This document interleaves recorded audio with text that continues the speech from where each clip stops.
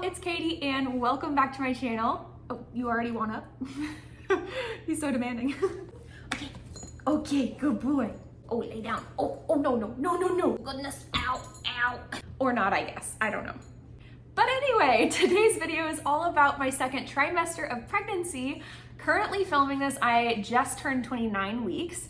So we are over the second trimester.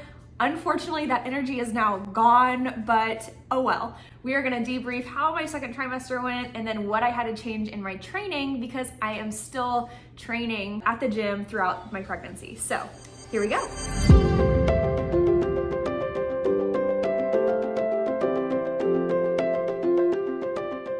So we did several fun different things throughout the second trimester, but I think the funnest thing that we did was our baby moon. I almost said honeymoon. Nope. Baby moon, where we went to the UK and we went to England, Wales, and Scotland and drove the entire length of the UK. It was awesome. So much fun. So I'll definitely get into that here. But we also did my very last race of the season was a Deka Fit Austin. Let's see, I was at 27 weeks at that point. So some say that's second trimester still. I classify that as third trimester technically, so I'll get into that a little bit just because it's right on the borderline there. And then a lot of other fun symptoms happened in this trimester as well. Obviously, like the energy boost has been phenomenal this trimester. I love that so much compared to the first trimester. Ick.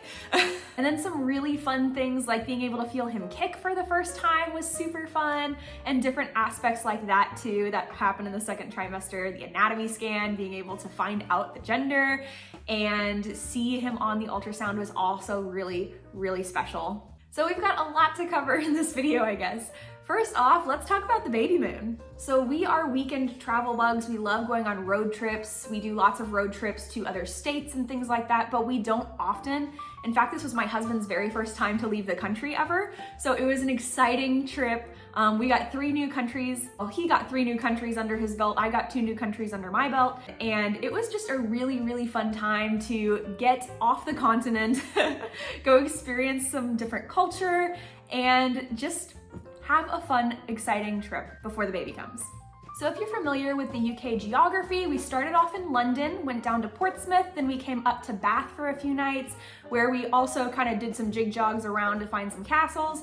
Then we went up to Warwick and Stratford upon Avon, and then we visited Oxford somewhere in there as well, before we went up to Hartlepool, and then all the way up to Edinburgh in Scotland, where we went to Linlithgow and some of the surrounding little towns up there as well. And it was so much fun. We got to see the entire length of the continent, and we got to see at least 7 different castles and got to go to a lot of the different historic memorials, things like that. We got to go to Stonehenge, you know, check some of those basic tourist things off the list, but it was amazing. Every single day we were there, we got minimum 10,000 steps all the way up to 20,000, I think, one day. It was really, really, really active, which was honestly our type of vacation. We're not vacationers where we want to sit on a beach and read all day. We are active travelers and we want to go and see and do, and we definitely did that on this trip. So I'm honestly really happy that I was able to do all the training leading up to the trip, because if I had taken training completely off in pregnancy before that trip, it would have hit me so much harder. But the fact that I had been training up until that point and then had the trip was phenomenal, because my muscles, my cardio, it was all ready to go. And the trip was honestly super fun, and I didn't get over fatigued. I was never, you know, incredibly out of breath or incredibly, you know, sore or tired from all the walking or stairs. And it was a lot of fun, even though we were really active. And my husband got to check off a few of his bucket list items too, because he is a huge nautical history nerd, and he loves things like the HMS Victory, Warrior, Mary Rose, and we went and saw the Trimester as well. So we got to see 4 historical sailing ships, and it was so cool. He got to have his little geek out moment, especially the Victory, that was his favorite. And I got to learn something too, so that was also fun. My favorite part was honestly the castles. I loved going to explore all the ruins, and we went to a couple active castles as well, which was super fun. We found the Harry Potter castle, which was Alnwick. It was between Hartlepool and Edinburgh, still in England. And then we also found Doune Castle, which is where they filmed Monty Python and the Holy Grail. we're big nerds and we love that type of movie, so that was a lot of fun for us too. My other favorite one was Chepstow Castle. Being the oldest castle in Great Britain was super, super cool to see. So lots of fun castles along the way, and just being able to imagine what life would have been like back then. So cool. Can I have it? Okay. Do you want to come up here? Maybe if I had a blanket. No, I've been hiding it behind the pillow the whole video, but I do have a little bit of a baby bump. He's just little. So if this gets too hot, you're gonna have to get down. Okay, I think he's good now. We'll see. I don't know. So the trip was amazing and we had a fantastic time. It's gonna be a trip we remember for quite a while. But the only thing my OB said about it was just wear compression socks on the plane and move around a bunch. So I definitely did that, and that made the plane ride so much more bearable. It was fine. But moving on from the baby moon, I have had several new symptoms this trimester. Obviously, none of them were as severe as the first trimester. The first trimester was rough for me. But this second trimester has been super chill. I've got that energy boost, which was phenomenal. I love that as long as it lasted. I think it's kind of tapering out, so we'll see if I get any of that back. Probably not for the third, oh well. But my favorite thing that happened this trimester was we started feeling kicks at 18 weeks. I could feel them faintly, but by 19, 20 weeks, my husband Matt could also feel them, which was also super exciting because I know there's a baby in there. My body can tell there's a baby in there, but it was fun for him to have that moment and to be able to feel the kicks for the first time. So super, super cool. But along with those good things, there were some not so great symptoms along the way too. Around 19 weeks, I also started getting Charlie horses at night. So that hasn't been fun. If I flex my feet in the middle of the night, when I'm stretching out, it's, starts cramping up. So I'll wake up with those and kind of be out of breath, and he has to wake up too to help me massage those out. So that has not been fun for either of us the last, month or so, but oh well. But I've been stretching and foam rolling my calves quite a lot, so hopefully that'll help, we'll see. Kind of in that same vein, over the baby moon, I bumped. Like, I went away fairly flat still, and then I came back with a little belly. So I think maybe having the belly, having a little weight shift or weight increase, something along those lines may have affected my running, because after we got back from the baby moon, I had the worst shin splints every single run I did. It felt like I was a brand new runner again and was having shin splints for the first time. Like, it sucked. And it was always between like half a mile and 1.5 miles. So after I got past that 1.5 threshold, I was totally fine. I could run as much as I want and not have that issue, but it was just that 1 mile, like right there at the beginning. So it was really rough, and I was hoping that would not affect me at the Deka Fit. It did not, thank goodness. So the shin splints and the Charlie horses definitely haven't been fun. I've been making sure I drink enough water every day as well, so that's not the issue there. It's just, I don't know what's happening there. It's just a state of life right now. But the two other biggest symptoms that affected my hybrid training was number one, heartburn. Anything like a burpee or a dead ball shoulder over where I'm coming down to the floor and having to stand back up would automatically trigger my heartburn. So it was like I had to take breaks when I was training. Luckily, again, that didn't affect me during Deka Fit, so I was fortunate there. But anyway, it's just something that I've had to like live with a little bit here and there throughout daily life, and it's kind of sporadic. It just happens when I don't think about it, And then the second thing that's really affected especially my cardio here, is that my heart rate has increased a little bit more than normal at what I would deem a lower RPE. So my RPE might still be low, but my heart rate's gonna be way high. So I have to watch that because my RPE is not as accurate as it used to be when taking heart rate into consideration. So like at the Deka Fit, I had my MyZone band on, so it was monitoring heart rate, but I didn't have my phone open. So my RPE was like a 7 the entire time. I felt great in the cardio and the running. I didn't feel like I was pushing myself too much. But then I looked back at my MyZone and it was like yellow, red, solid the entire race, mostly red. And so anyway, that's not super great. And if I had been monitoring that, I would have, reeled it back in a little bit. But my RPE, I felt fine, the entire time. I was having conversations with my husband at each zone, and, I could breathe. It was totally fine. So it was just it's been a funny thing to try to adapt for and modify for, because if I don't have that heart rate monitor open on my phone while I'm training, I can't see that. And so especially since Deka Fit is over now, that is one thing that I have reeled back on quite a bit. Now I am only training zone 2, zone 3 in this 3rd trimester, and I'm trying not to peek into zone 4 too much, definitely not in zone 5. So that's kind of where I've landed this trimester. I'm gonna focus a lot more on those more endurance, aerobic base building type zones. But other than those things in the weight room, there have been a few shifts too, like on my squats, I have to take my knees wider, obviously, like things like front squat, it helps to elevate my heels right now. That helps me get depth still. I'm definitely not going past my knees with my hips in squats down to full depth, especially with the bar loaded up. And speaking of loading, I'm not loading as much as I normally would. I've taken it back to about 70% of my 1 rep max. So anyway, I'm not really lifting super heavy at this point. I'm trying to keep my RPE on lifting fairly low as well, taking longer breaks for recovery between things, you know, things like that. And honestly, squats and burpees and things are where I feel it the most fatiguing. Things like deadlifts, I honestly still feel really confident with. Like, I don't know what it is, my hamstrings and glutes just feel fantastic. But anything like lunges, you know, squats are just kind of like, gross. So I don't know if that's normal in pregnancy.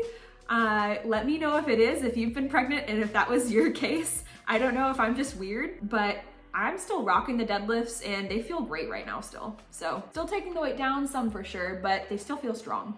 And then for other things, after the baby moon specifically, I had to take pull-ups out of my regimen. I had banded pull-ups, well, body weight first off, and then they had to be banded, and then I just had to cut them out because it was putting some, you know, unnecessary tension on my core, and it was just, I didn't groove with it. So I reeled those back into just lat pull downs, and I've had to reduce some weight from my standard lat pull down as well, you know, things like that. But aside from that, things like plank positions specifically, like push-ups, I can do those on my knees on the floor still, but doing them on my toes on the floor is not in the cards right now. I've had to move that up to a bench for an incline, and eventually I might have to move it to a higher surface, like a box on the 30-inch side or something along those lines. And like I mentioned in my Deka Fit vlog that I posted last week or so, I was cleared to do the med ball sit-ups in Deka, but that was the last time I was cleared to do any form of sit-up. So the OB has now said, you know, you're in the 3rd trimester, no more crunches, no more sit-ups. So those are obviously out of the picture now. Up until this point, I have been cleared for those. So 2nd trimester, I was able to do whatever sit-ups and crunches and things. And I honestly don't train crunches and sit-ups that much. I really prefer more functional and dynamic type of core exercises. And normally I'd choose a plank over a crunch any day, but now I just have to choose the planks. So that's fun. Buddy, you're getting pretty hot. You're like a little heater. I've got a heater inside me, you're a heater, and this blanket is hot. Whew, it's gonna be fun summer. Yeah, since I live in Texas as well, it's been getting up to 85, 90 degrees already, and it's just mid-June. You know, we're not even into July, August yet. So it'll be a fun and hot summer. We'll see how this goes with pregnancy. You silly boy, you sweet, sweet, sweet. So overall, the 2nd trimester symptoms weren't crazy or overwhelming. It was more little finicky things that I had to adjust for along the way. But I've been able to adapt pretty well. So some things I had to change in my training or get ready for or prepare for before I hit the gym was number 1, like carrying water with me all the freaking time, making sure that I had enough water intake, especially with the calves and shin splints and things. I wanted to make sure hydration was good. My husband will tell you I did not do the best job I could have done, but I did better than normal. So I'm proud of that. And then another thing is making sure I have Tums on me at all times, because if that heartburn hits and I'm in the middle of a workout, I need my Tums right then. So that's been really fun. I am now the Tums lady at the gym. So everybody knows I have it on my person. It's great. And especially with those shin splints and running, I was prioritizing foam rolling before and after my runs, making sure I had a longer warm up, that I could really focus on some good pogos, some good calf activations, stretches, things like that beforehand, so that I'd be able to hit those runs and have less of a chance of those shin splints. And of course, stretching a whole lot more. Oh, bye, see you later. Oh, no more blanket, that's too hot. Okay. Hey, you can't lay on that blanket. No, that's not a floor blanket. I know I put it on the floor, I'm sorry. I was misleading. I led you on. I'm sorry. And of course I had to change a few things, like there was an equipment swap. Instead of using barbells for hip thrusts, I use bands now, and I kind of seatbelt myself into the hip thrust bench that we have and then go to town there. Otherwise, I'll just choose a lot more walking options, especially on runs. I typically walk every half mile now. You know, that was a pretty standard thing, especially after the shin splints started.